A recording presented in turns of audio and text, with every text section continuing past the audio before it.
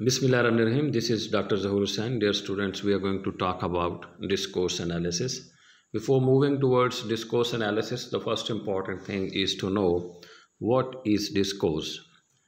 Discourse is in fact study of any text beyond sentence level. We know that the other branches of linguistics talk about syntactic level, and we are studying other sentence, we are studying structures of words, morpheme, phoneme, etc. But here we are studying language beyond sentence level. It means not only linguistic items, linguistic aspects are there. So any stretch of language that we study in certain or particular context is also discourse. And other words, in simple words, if I can say that, what is discourse? Discourse is in fact text in context, and approaches, techniques, methods that we people use in discourse, they basically are the part of discourse analysis. In discourse analysis we have a lot of things. Another important thing that I'd like to make clear over here is the difference between discourse and critical discourse. Discourse is just any chunk, any stretch of language, but when we people talk about critical discourse, if there is element of power, there is element of ideology, some sort of theory behind it, something that can make some sort of difference, for instance, inferior versus superior like this one, then it becomes critical discourse. So see, what's discourse analysis? Discourse analysis study the way sentences and utterances. Sentences are usually speech, are written one. They are the part of graphic mix, and utterances are oral sentences that we people speak, and one go is an utterance. And the structure of an utterance is different from the structure of sentence, written words. So go together to make text and interaction, and how these texts and interaction fit into our social world. So text in context, in other words. It should be noticed also that discourse analysis is not just the study of language, but a way of looking at language as well. So here we'll see the way of looking at language is based on four main assumptions. What are those assumptions? We'll study them one by one. The first one is the language is ambiguous. Means it is not something easy to understand. There can be some sort of problem in understanding language. What things mean is never absolutely clear. What you people are thinking that it's written there, it's spoken there, it will be easily understood. Not at all. It's not like this way. The way things are said, the way things are understood, there is a lot of involvement of context and many other things that we people study in discourse analysis. And the second important thing is language is always in the world. That's what language means is always a matter of where and when it is used. So in discourse, we are not just studying grammatical patterns, we are not studying the structural aspects, we are studying text in relation to social world, language and society. That is an important thing here. The way we use language is inseparable from who we are and the different social groups to which we belong. So language is never used all by itself. It's always combined with things such as our tone of voice, facial expressions, gestures, when we speak, and the fonts, layout, graphics we use in written text.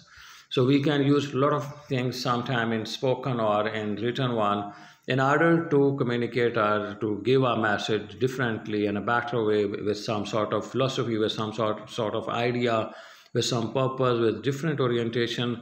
So it's not a plain sailing, it's not an easy thing to be understood. It takes a lot to understand that what is discourse. So what's good in discourse analysis? Understanding how discourse works. We will be able to understand people better and communicate more effectively. So discourse analysis is a good thing that we can understand their purpose in a better way. We can communicate in a better way. We can make certain design courses. We can better our communication skill by understanding it. Texts and texture. Discourse analysts analyze texts and conversations. It can be conversation analysis is also the one we will study later. So the next important thing, the key aspect that we people discuss in discourse is the text. Text itself is not an easy thing to talk. Text can be just a few words. Text can be one whole book. Text can be volumes of books. Text can be just an utterance too. So text is any meaningful unit. For instance, if you are moving and you can see on the shop certain names are written there, certain slogans are there, that's also sort of a text. The text that you people study, it can be written one, it can be oral one, but it is some sort of meaningful entity. So text is everything that's meaningful in particular situation, and the basis for meaning is choice. So text in context or any utterance, something that's based on some idea, some theory, whatsoever. So no text is, you can say, neutral one. It's always loaded one. It has some sort of philosophy, some sort of ideology behind it, wrapped in the text one. So texture is the next important quality of, you can say, text. Texture is a quality that makes a particular set of words or sentences a text rather than a random collection of linguistic items. So it's the relationship between one set of choice and another. So this is how we can make choices in the text. This is how we can make a particular set of words. We use different lexical items in sentences in order to make better meaning or create better understanding of that one. That is basically the texture. What are two important things that make text a text? Number one, features inherent in the language itself. Things, for example, like grammatical rules. Definitely that makes the text a text. And second important thing, these features that help you to figure out the relationship between the various sets of choices. That why do we make those choices? Why we make one choices and we ignore the other one? It's not simple one. A lot of things are working behind it, and this is what we call it texture. So text and the social function, what is meant by genre? Genre is definitely a sort of recognizable communicative event characterized by a set of communicative purposes identified and mutually understood by members of the community in which it occurs. So from this word genre, you can see different genres of literature. Drama is there, novel is there. So all are recognizable communicative events that we people can understand that they have different purposes and all have some sort of thing to communicate, to tell others in a different wrapped structure. So what's meant by genre analysis is study of social functions of different kinds of texts. And its characterization, if we can say, genres are communicative events. Most texts are not just trying to get only one thing done. The communicative purpose of text are often multiple and complex. So they do not have one meaning. They can have complexity of meanings too. Conventions and constraints. These constraints govern not just what can be included, but also how it should be included. So there are certain principles and parameters out of theory, just like Noam Chomsky. There are certain regular features and certain, you can say, irregular features too. Certain conventions should be followed and certain things should be limited one. Creativity. That's not to say that all job application letter or other genres like newspaper articles and recipes are always exactly the same. As the director of often the most successful texts are those who break the rules, defy conventions, and push the boundaries of constraints, who bring something new, novelty. So they add something or they subtract some cliche, something that's very old. So discourse communities are actually the people who can understand them. Genres are always associated with certain groups of people that have certain common goals and common ways of reaching these goals. So discourse and ideology, as I have told you earlier when I was telling you the definition of discourse, that there is discourse analysis, and then there is critical discourse. Critical discourse is in fact a discourse where ideology is there, where some theory is there, where some belief system is there, where power is there. That makes the discourse critical discourse. It is a specific set of beliefs and assumptions that people have about things and what's good and bad, and what's right and wrong, and what's normal and abnormal. How texts promote ideology. We will focus on four things: the ways authors create versions of reality based on their choices of words and how they combine words together. The second important note is the ways authors construct certain kinds of relationship between themselves and their readers. And the third point is the ways authors appropriate the words of other people and how they represent those words. And the fourth is the ways authors of text draw upon and reinforce the larger systems of belief and knowledge that govern what counts as right or wrong, good or bad, and normal or abnormal in a particular society. Definitely, that is ideology. That's behind working behind text, working behind utterances, working behind lexical choices. That all we study where we study in discourse analysis. Who doing what? The linguist Michael Halliday is a functional linguist, an important person. He gave the concept of systemic functional linguistics or systemic linguistics too. Pointed out that whenever we use language, we are always doing three things at once. We are in some way representing the world, called ideational function of the language.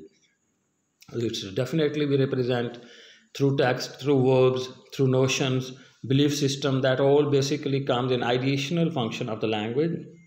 And the second important thing, we are creating, ratifying or negotiating our relationship with the people with whom we are communicating, called the interpersonal function of language. Sometimes we are not just giving any sort of ideational function. Our purpose is just to maintain our rapport with each other. That is what whenever we meet with each people on the road or some other place, in offices, at certain parties, etc., we salute them. We say assalamu alaikum, wa alaikum assalam, hi, how do you do, how are you. This is just interpersonal function, just to maintain our rapport with them. This is what technically we can use. We can say the word is hatic communion, where the language is used just to maintain our relationship. This is what we call interpersonal function of language. And the third is textual function. We are joining sentences and ideas together in particular ways to form cohesive and coherent text. Definitely we join them, and for this called the textual function of the language. All of these functions play a role in the way a text promotes a particular ideology or worldview. So this is, you can see in this diagram, in this figure, you can better understand that what we people are doing with language. This is what are the part of discourse. Ideational function we are performing textual function, we are performing interpersonal function. So language is not all just grammar, sentences, their rules. No, it's something beyond sentence level. There can be a different function that we have to perform simultaneously at the same time. This is what we call it discourse. A stretch of language in particular context can have additional function, can have textual function, can have interpersonal functions like that one. So this is one of the best examples. All these functions was talked or given by, we have already discussed in the previous slide, by Michael Halliday. Relationship and intertextuality, definitely these all are the parts of discourse.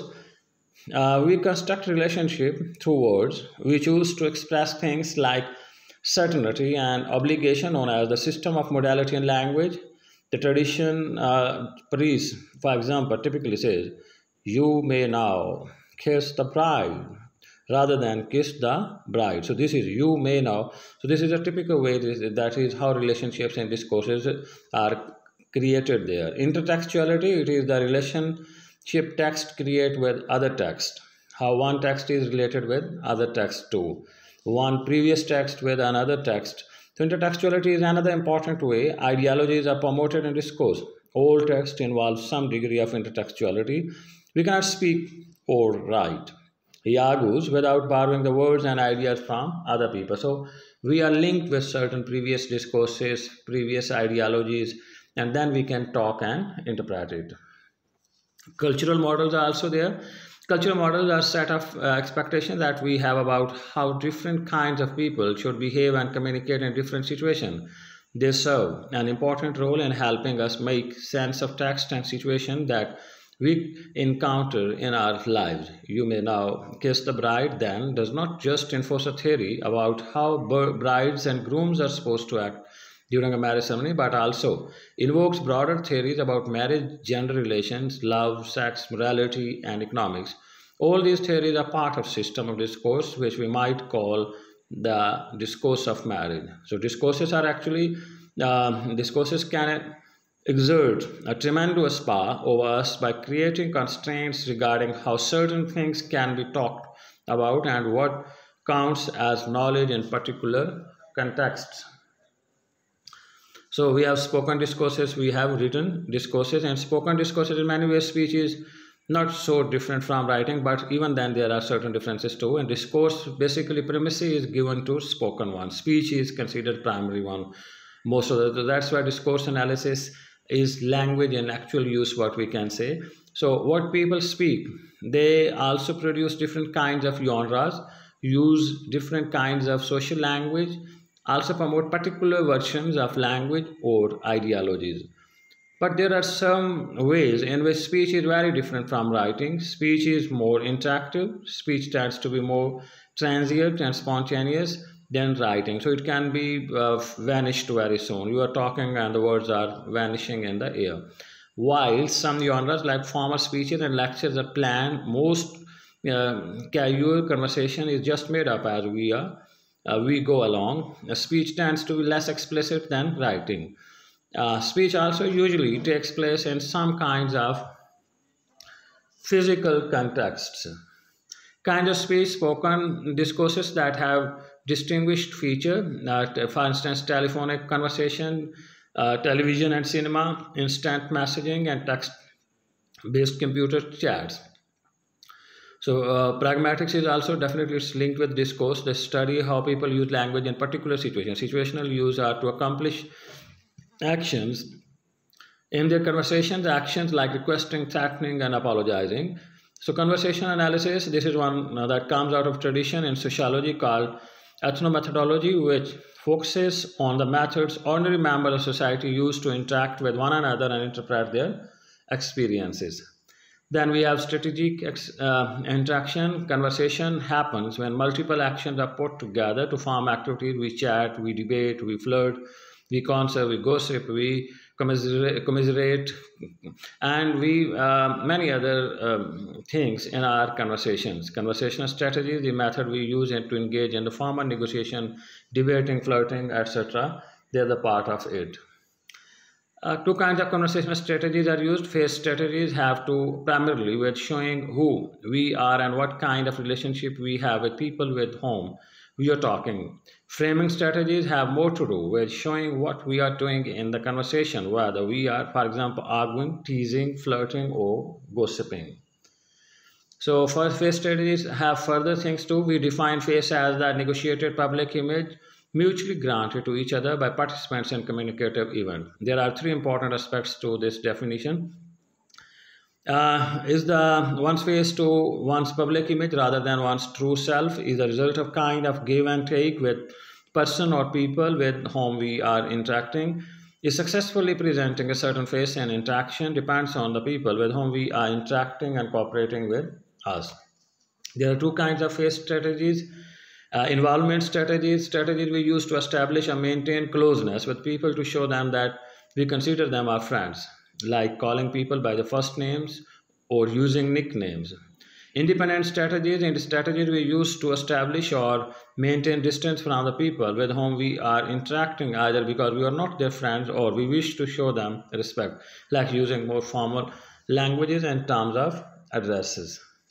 So these are certain examples: using first names or nickname, just like hi, no, using title Mr., Professor, and good morning. Using informal language, got a minute.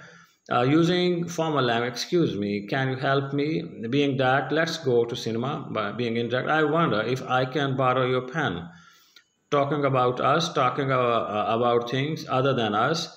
being voluble, talking a lot, being taciturn, not talking a lot. So set of expectation, these are framing strategy, what kinds of things will be said and how these things are to be interpreted for different kinds of activities. The primary framework is a set of expectation about overall activity in which we will be engaged. Example, when we are a patient in a medical examination, we expect that the doctor will touch us, and we interpret this behavior as a method of diagnosing our particular medical system. However, hardly ever involve just one activity. We often engage in a variety of different activities within the primary framework.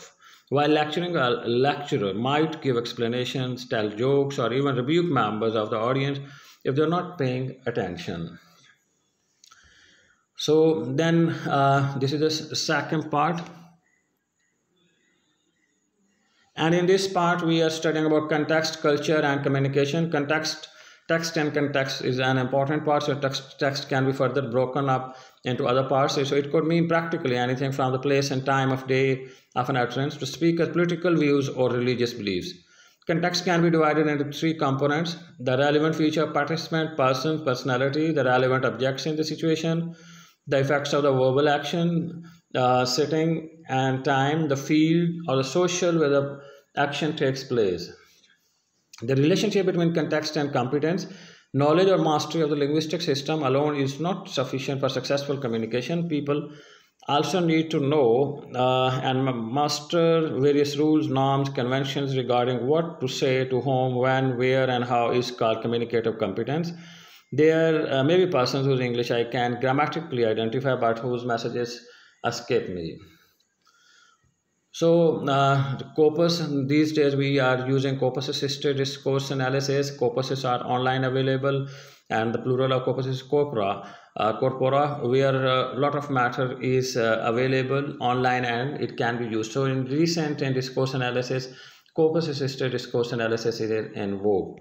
So this is what we studied. It was just a brief introduction and brief important things that we people have studied here. Thank you.